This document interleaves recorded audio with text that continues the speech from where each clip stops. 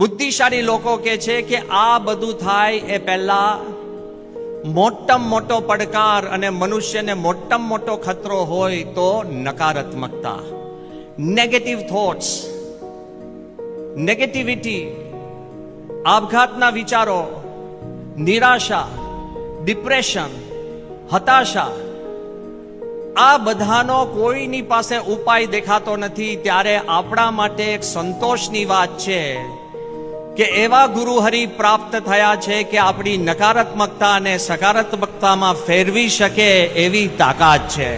2017નો પ્રસંગ છે જ્યારે આણંદની અંદર પ્રમુખ સ્વામી મહારાજનો 97મો જન્મ જયંતિનો ઉત્સવ હતો. ત્યારે મહાનુભાવ તરીકે નઝીમ અલ કુદસી, જે સિરિયાના રાજા અને સિરિયાના પ્રેસિડન્ટ એના વંશજમાં આવે. આ નઝીમ અલ કુદસી એ પોતે ઇન્વેસ્ટ આબુધાબીના સીઈઓ એક સમયે રહી ચૂક્યા હતા. અબજો ડોલરની સંપત્તિ અને સમૃદ્ધિ જેને ભોગવી હોય, અને એ જ્યારે તીર્થવાસી બની અને અહીંયા આગળ મહંત સ્વામીના દર્શન કરવા આવ્યા. ગઈકાલે જ મેં એમને ફોન કર્યો અને મેં પૂછ્યું કે તમે મહંત સ્વામીના દર્શન કર્યા, એમાંથી તમને શું યાદ છે?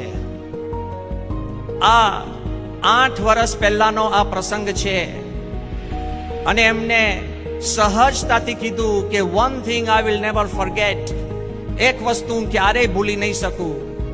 વેન આઈ કેમ with a cloud of negativity, એક નકારાત્મકતાનું વાદળ લઈને હું આવ્યો હતો. In my life, I meet international heads and international religious leaders. દુનિયાના નામાંકિત ધર્મગુરુઓ અને નામાંકિત વિશ્વ મહામાનવોને હું મળું છું. અમુક વ્યક્તિનો કોઈ સુધારો જ નથી. એ નેગેટિવિટીથી હું મહંત સ્વામીને મળવા આવ્યો હતો.